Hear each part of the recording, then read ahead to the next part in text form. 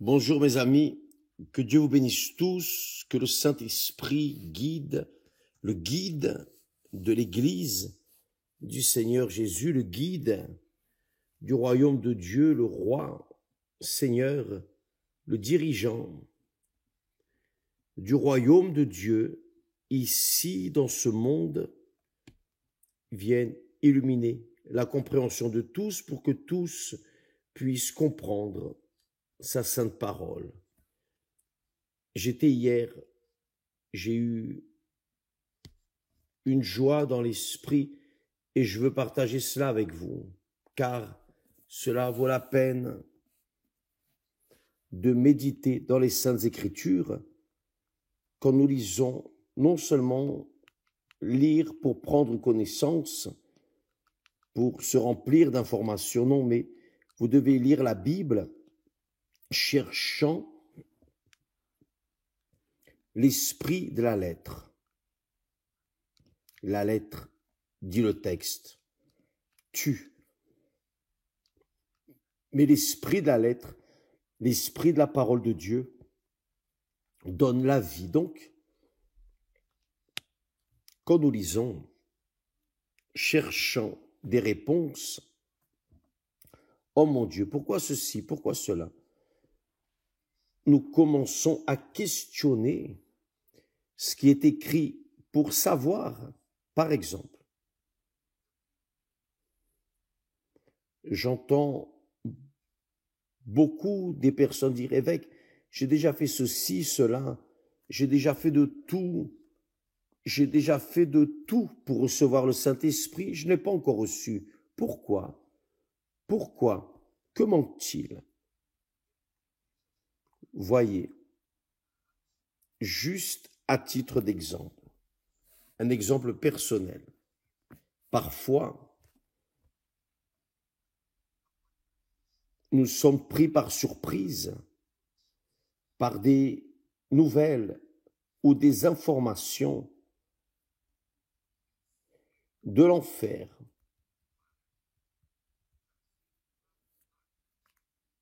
pour nous abattre dans l'esprit, pour provoquer des doutes dans notre pensée et des préoccupations dans notre cœur. Donc viennent ces pensées, ces informations de l'enfer. Parfois, vous êtes pris par surprise, n'est-ce pas? Cela vous est déjà arrivé, certainement. Donc, dans ces moments, je pense ainsi, attends. Je raisonne,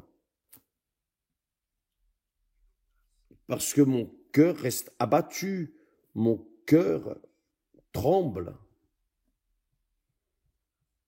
Parce que le cœur, vous savez,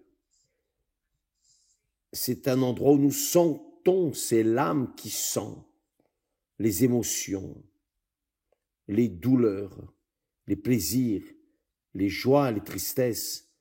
Donc, à ce moment-là, où vient cette nouvelle de l'enfer, cette parole de l'enfer, alors, au même instant, je dis, mon Dieu,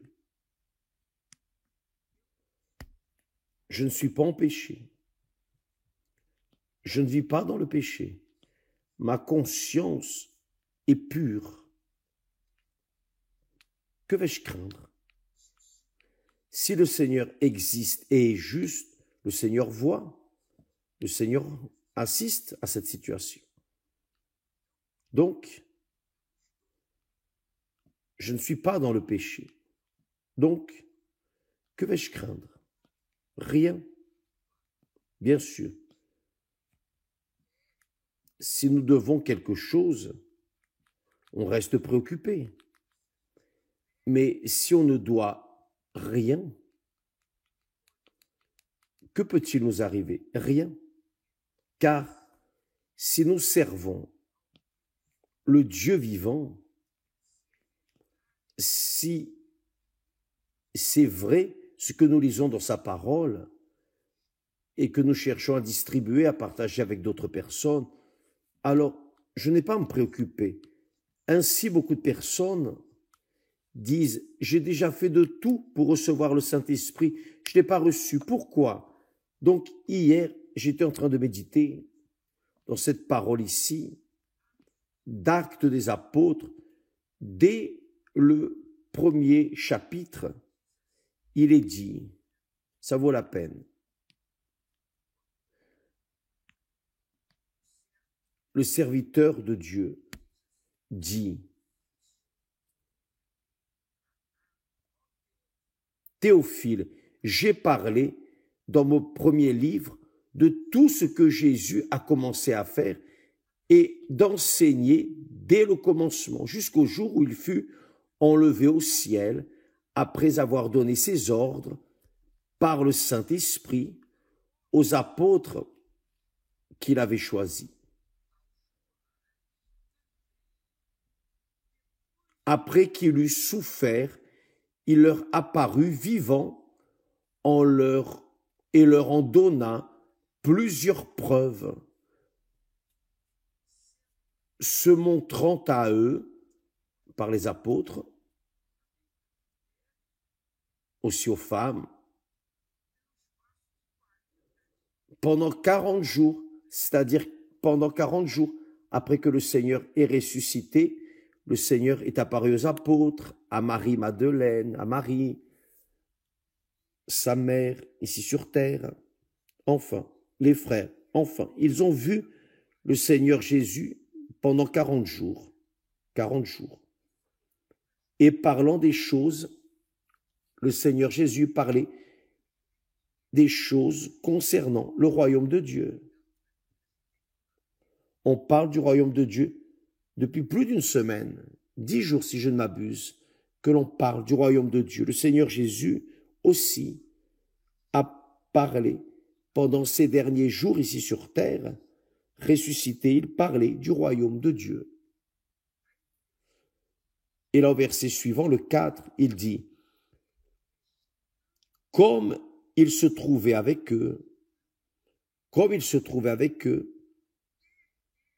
il leur recommanda, voyez, il leur recommanda de ne pas s'éloigner de Jérusalem,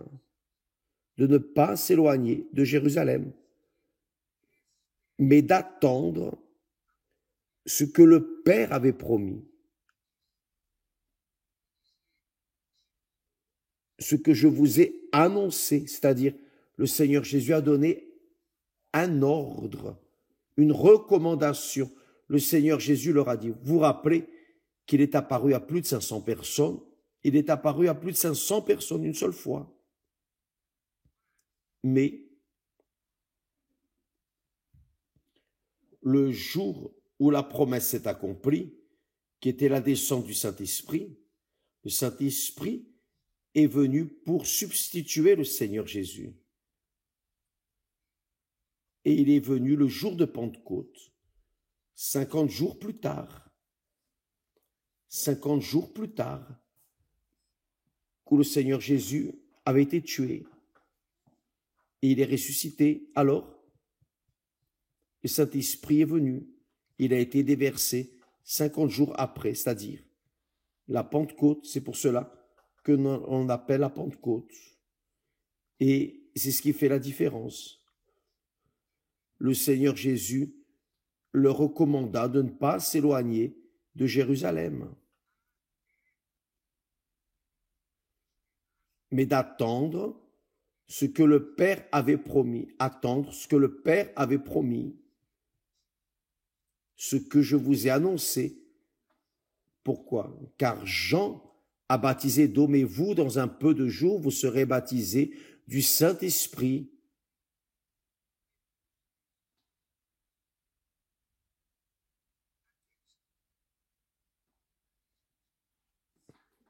Alors les apôtres réunis lui demandèrent, Seigneur, est-ce en ce temps que tu rétabliras le royaume d'Israël? C'est-à-dire, ses disciples, leur préoccupation, c'était le royaume d'Israël. Ils pensaient ici en bas. Ils pensaient au royaume physique. Ils ont toujours pensé ainsi, au royaume physique.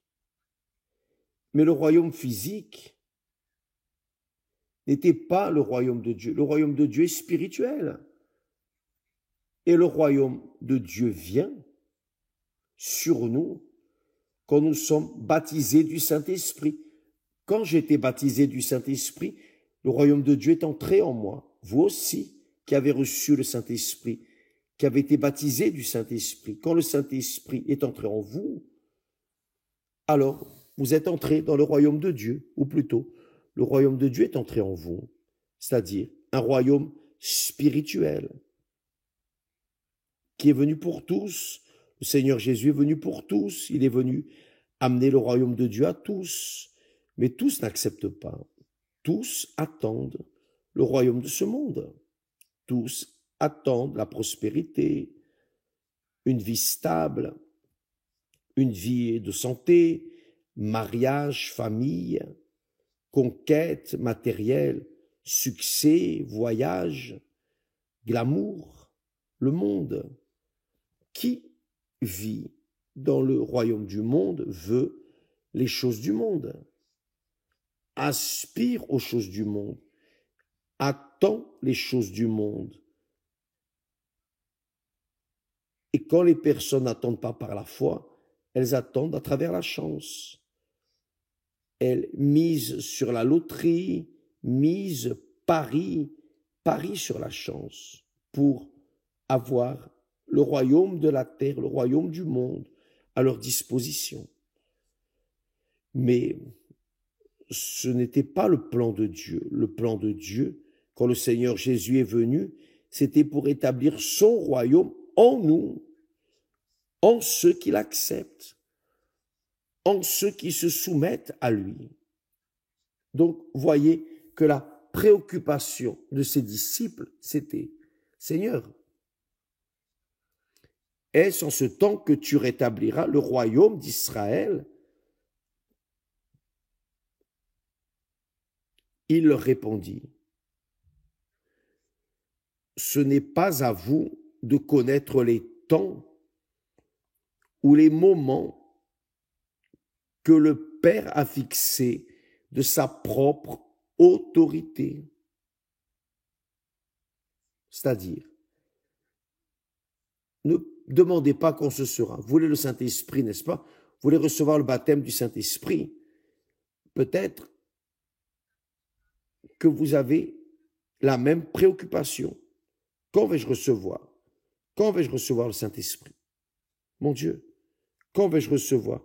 Jusqu'à quand vais-je attendre? C'est-à-dire, vous posez des questions, vous vous questionnez montrant des doutes, des craintes, des préoccupations, l'anxiété, quand en réalité, vous devez tout simplement croire dans ce que Dieu a promis. La croyance est dans la tête, mes amis. La croyance est dans la tête. Je lis ici, je crois dans ces paroles. Et mon cœur, alors, exulte de joie en comprenant ces paroles, la parole de Dieu. Quand la personne reste préoccupée avec le jour, quand est-ce que ça va arriver? Parce que les personnes, naturellement, veulent voir pour croire. C'est la réalité, voir pour croire. Alors que ce que Dieu propose au royaume de Dieu, vous n'avez pas à voir pour croire. Vous devez savoir la parole de Dieu, connaître la parole de Dieu. Et là, le Seigneur Jésus dit, « Ce n'est pas à vous de connaître les temps ou les moments que le Père a fixés de sa propre autorité, mais vous recevrez une puissance, le Saint-Esprit survenant sur vous, il viendra sur vous, il va venir sur vous. » Le Seigneur Jésus garantit, donc il dit, et vous serez mes témoins à Jérusalem, dans toute la Judée, dans la Samarie et jusqu'aux extrémités de la terre. C'est-à-dire, mes amis, quand vous êtes attaqués par des doutes, par des préoccupations, par des anxiétés, quand vais-je recevoir? Quand? Oh mon Dieu, quand? Quand est-ce que ça va arriver? Ça, c'est comme si vous demandiez à Dieu, quand est-ce que je vais me marier? Quand? Quand est-ce que mon équipe va gagner? Quand? Quand est-ce que tel va venir, va revenir vers moi? Mon mari va revenir, mon épouse va revenir. Quand? Quand? Ces questionnements sont pour distraire votre foi. Les questionnements sont pour apporter encore plus de doutes et des doutes et des doutes. Et si vous avez une réponse à ces doutes, viennent d'autres doutes et après d'autres doutes. Ce sont des doutes que vous devez mépriser. Vous devez focaliser votre pensée, votre rationnel sur la promesse de Dieu. Le Seigneur Jésus a dit, ce n'est pas à vous de connaître les temps et les moments, mais ce qui compte, c'est que vous recevrez une puissance, le Saint-Esprit survenant sur vous, c'est-à-dire la puissance de Dieu, Dieu lui-même, qui viendra sur vous. C'est-à-dire une garantie dans la parole de Dieu. C'est la parole de Dieu, ce n'est pas la parole de l'homme. Ce n'est pas une information quelconque ici, c'est Dieu qui parle. Et là, oui, vous pouvez arriver et dire, oh mon Dieu, attends, j'ai déjà laissé le péché, je fais mes efforts, je fais tout, j'ai fait des jeûnes, tu vois ma vie, par exemple, je ne dois, comme on dit, je ne dois de pardon à personne, j'ai déjà pardonné tout le monde, il n'y a rien qui vient tacher ma pensée, mon cœur, non, je n'ai rien contre personne, je veux que tous soient bénis, je veux que ces personnes qui me considèrent ennemi soient bénies, mon Dieu, je n'ai rien d'autre, qu'est-ce qui me manque pour recevoir ton esprit? Quand vous dites ça, et que vous citez, mentionnez ce qui est écrit, le Seigneur a promis. Le Seigneur a promis, c'est écrit ici. Mais vous recevrez une puissance, le Saint-Esprit survenant sur vous. C'est le royaume de Dieu. Au fond, qui reçoit le baptême du Saint-Esprit reçoit le royaume de Dieu qui entre en lui. Le Saint-Esprit est l'esprit du royaume de Dieu. Le Saint-Esprit est le Seigneur Jésus en nous. Le Saint-Esprit est le Dieu vivant en nous. Ça, c'est le royaume que Dieu a promis. Depuis le commencement, à Abraham, à Isaac, Moïse, etc. Le royaume de Dieu, ce n'est pas à l'extérieur. Le royaume de Dieu est en nous. Quelle chose glorieuse, mais ce que vous devez focaliser pour le recevoir, ce n'est pas quand ce sera, mais ce que le Seigneur Jésus a déterminé, survenant sur vous. Et là, vous dites, mon Dieu, attends, s'il doit venir, pourquoi ne l'ai-je pas encore reçu? Vous posez cette question.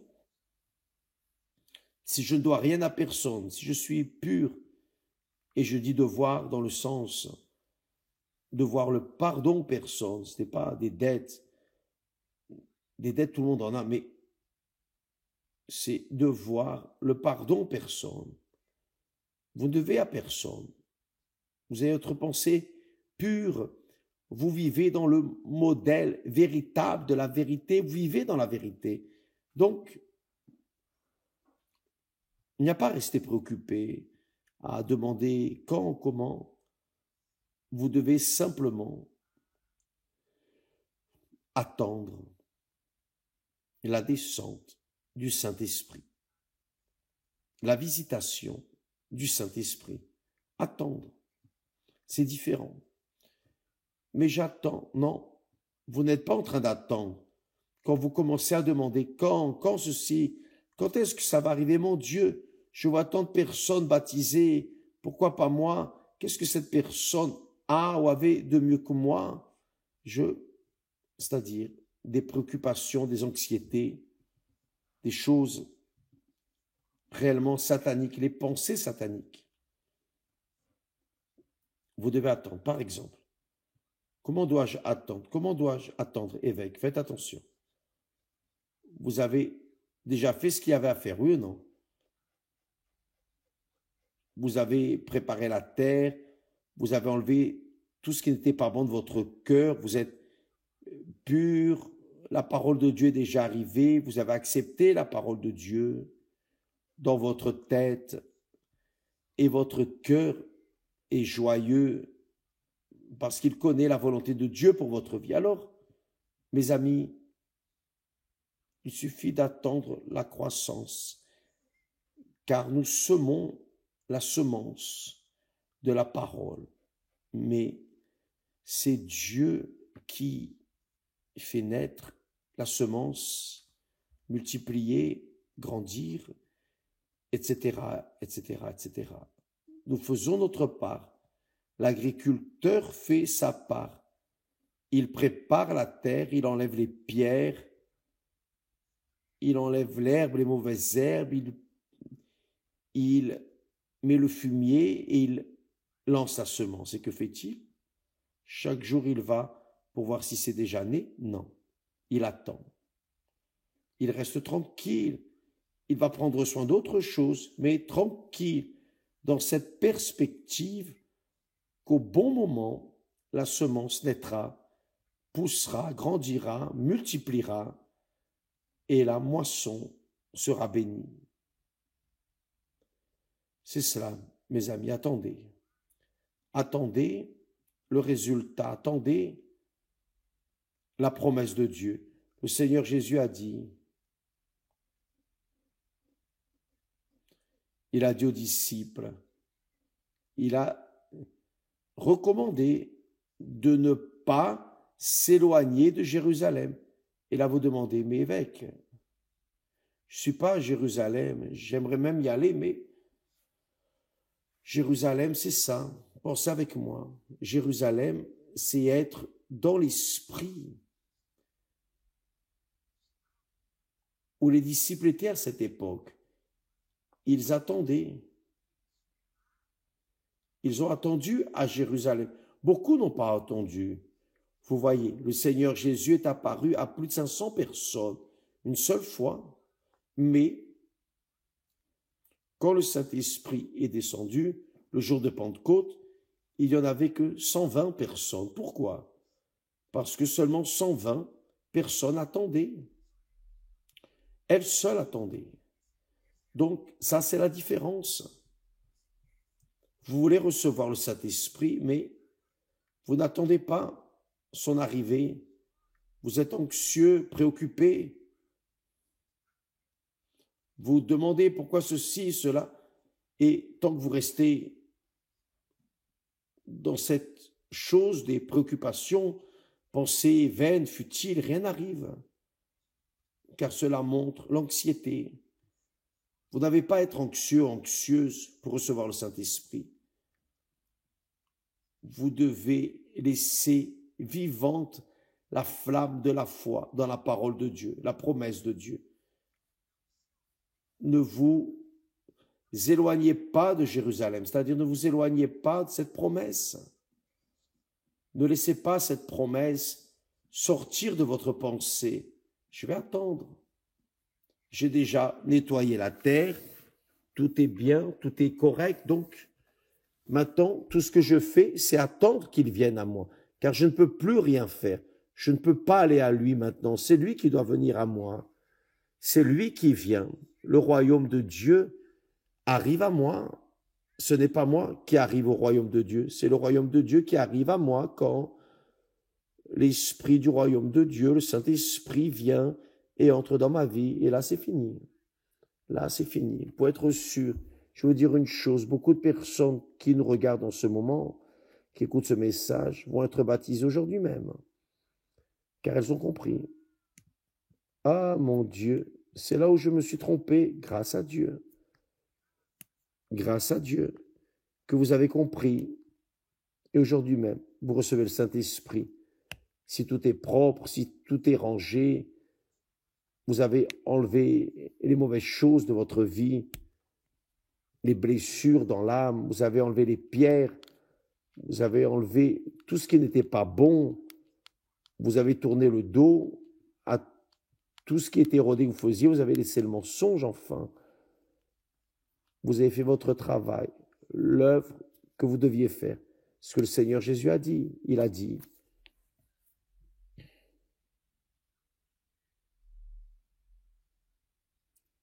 Ne pensez pas au jour, au temps. Ça, c'est le Père qui a résolu. Le temps que vous allez recevoir le Saint-Esprit, c'est le Père qui va décider, c'est pas vous. Tout simplement, vous attendez. Et quand la personne attend, elle reste ferme dans la foi. Oui ou non, par exemple. Juste à titre d'exemple, pardon.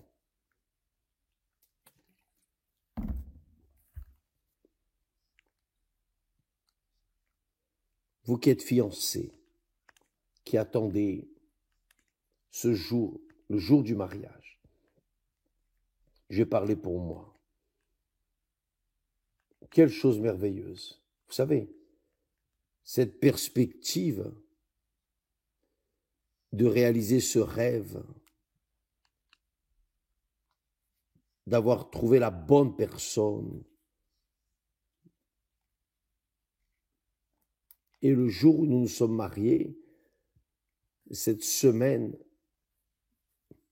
je comptais les secondes, les minutes, les heures pour qu'arrive le samedi et que je sois en train de réaliser mon rêve. Et Esther de son côté aussi, c'est-à-dire, nous attendions d'une certaine manière, avec anxiété, l'arrivée du samedi, mais c'était déjà préparé. Les invitations étaient distribuées, etc. Donc, on savait déjà ça. Mais je veux que vous focalisiez ce que vous attendez, c'est-à-dire ces moments qui ont précédé, ces jours qui ont précédé le jour du mariage.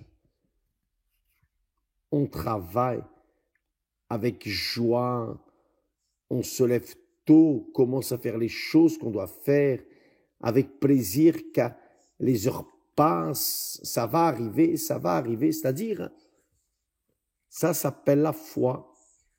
Vous avez la certitude absolue que ça va arriver. Vous ne vous préoccupez pas si ce sera samedi, si ce sera dimanche. Non, ce qui compte, c'est que vous croyez, attendant, avec cette perspective glorieuse. Alléluia. Je sais que maintenant, mon Seigneur va venir. Avez-vous compris, mes amis? Je ne sais pas si j'ai bien expliqué, si vous avez compris, mais vous pouvez être sûrs, ceux qui ont compris sont en train d'être illuminés, non par nos paroles, mais par le Saint-Esprit qui désire faire sa demeure en vous. Il veut plus, il a plus d'intérêt à faire sa demeure en vous que vous avez besoin. Car quand il vient sur vous, qu'arrive-t-il? Vous serez un témoin de plus, un témoin vivant de la résurrection. Car je n'ai pas vu le Seigneur Jésus ressuscité. D'ailleurs, je n'ai rien vu du Seigneur Jésus. Ce que je sais à son sujet est écrit dans sa parole. Donc, j'ai pris des informations par la parole. Je n'ai pas vu le Seigneur Jésus, mais le jour où j'ai reçu son esprit, c'est fini.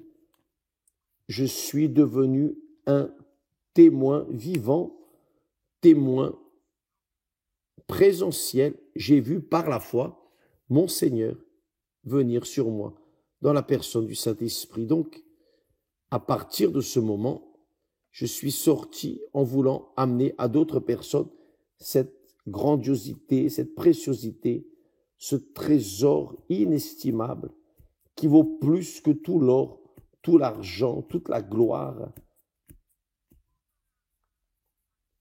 toute la richesse que le monde offre. C'est le royaume de Dieu en nous. Il n'y a rien de plus glorieux. Seul qui a reçu sait, et qui n'a pas reçu, mais à cette perspective, est déjà dans l'attente, attend, comme a dit le Seigneur Jésus. Attendez à Jérusalem. Ne vous éloignez pas de Jérusalem, c'est-à-dire ne vous éloignez pas de cette foi, de cette croyance, de cette certitude, car il va venir. Si vous êtes préparés, vous allez recevoir. Si vous êtes parmi ceux qui sont là, qui vont m'attendre, vous allez recevoir maintenant.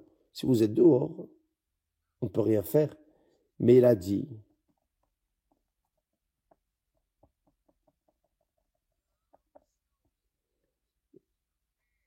ne vous éloignez pas de cette foi, donc, mes amis. Je ne sais pas si vous avez déjà perçu. Aujourd'hui, nous vivons dans un monde. Dans le passé, nous devions voir les journaux, lire les journaux, voir le journal télévisé pour avoir des informations. Aujourd'hui, les informations sont dans notre poche. Quand nous enlevons le téléphone de la poche, nous avons accès aux informations immédiates. Oui ou non? C'est-à-dire, aujourd'hui, le monde est rempli d'informations, des divertissements, des choses extraordinaires et des choses désagréables, destructrices, de l'enfer. Donc aujourd'hui, le monde est dans notre poche toute la journée, 24 heures sur 24. Il suffit d'ouvrir et nous entrons dans le monde. Le diable, mes amis, a profité de cette avalanche d'informations pour distraire les personnes, pour qu'elles oublient la promesse de Dieu, pour qu'elles oublient que le Saint-Esprit vient sur elles. Donc, moins d'informations, vous aurez des choses du monde, mieux ce sera pour vous. Plus forte sera votre foi, plus ferme sera votre foi. Et vous serez davantage préparés, attendant la venue du Saint-Esprit. Bien sûr que si par hasard, vous voulez vous distraire, vous rappelez, quand on fait le jeûne de Daniel est un jeûne d'information.